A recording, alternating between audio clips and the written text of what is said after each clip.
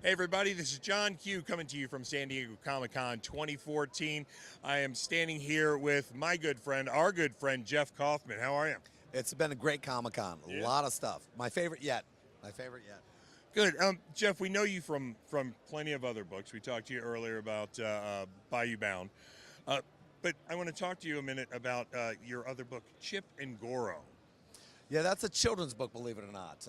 I have an 8-year-old daughter, and the sad thing is for 7 years, every time a child walked by, I either had to jump in front of my books or apologize and say, I'm sorry, I don't have anything.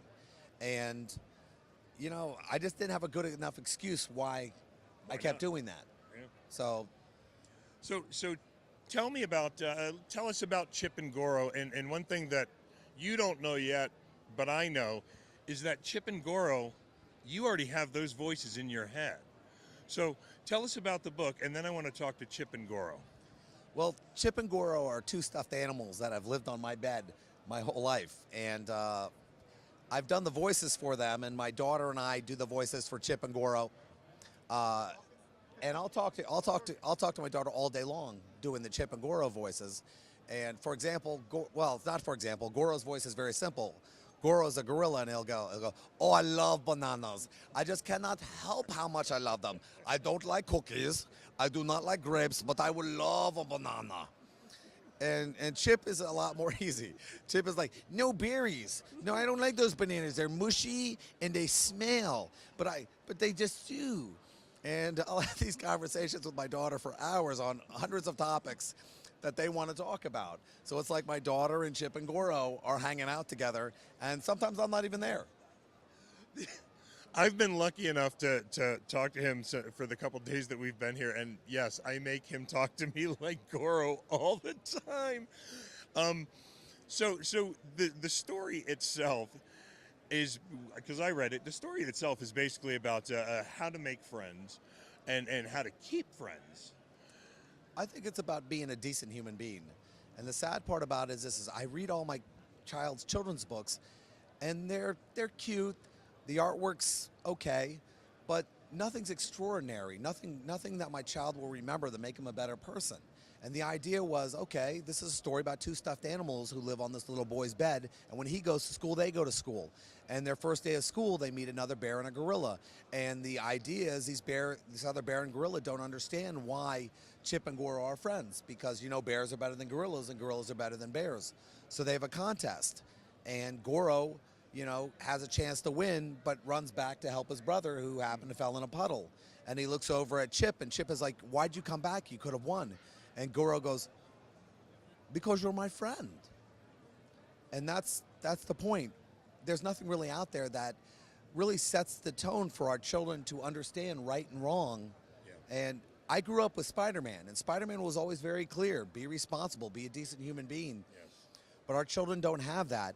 And it was kind of a really good thing that these two stuffed animals on my bed that I've done these voices for years can now possibly help, you know, and maybe inspire a ridiculous amount of kids to be decent to each other. Yeah, to do something right.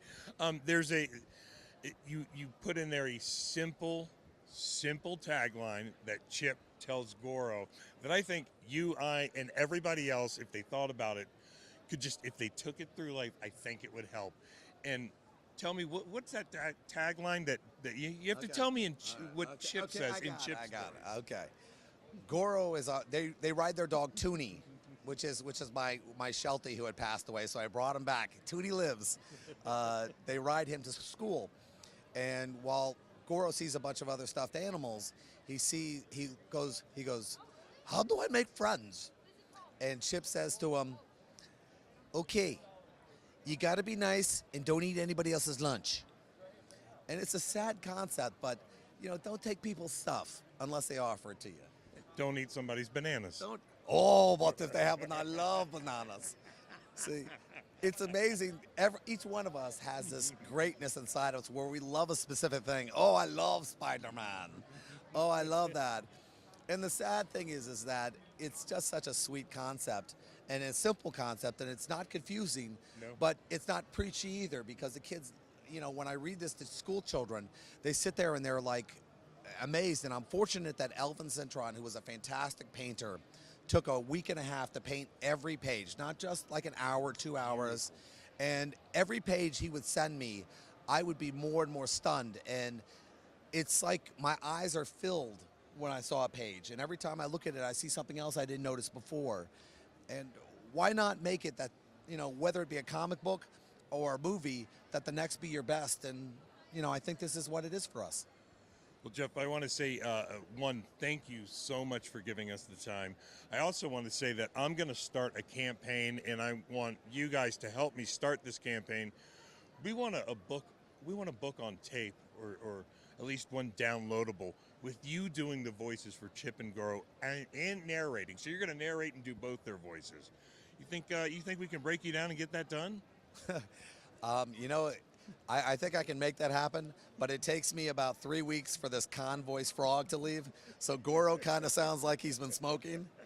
You know, it's like, I would love a banana, and I would love more bananas. Not that we smoke or anything, but just, you know, it's Gorro has a very sweet high. It goes high and low at the same time.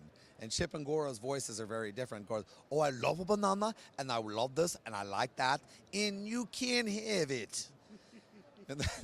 And to be able to shift from voices, it's fun. And out of all the stuff I've done, it's very weird for me to think that Chip and Gorro will, you know, kind of outshadow every other piece of thing I've done before this. And maybe that's the point of it all. I can tell you, I have read everything that I can get my hands on from you. And this one, I think you found your calling, man. It's great. It's great, and it sends a message, and that's what we need, just like you said. And Jeff, I want to tell you, thank you so much for giving us the time.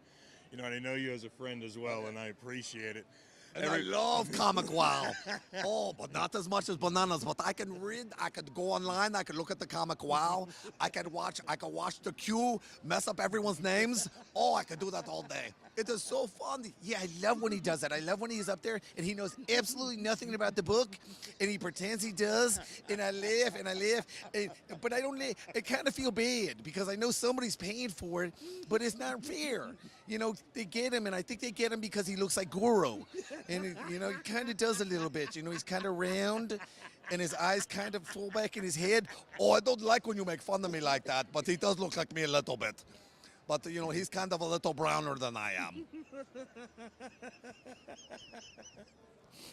Everybody,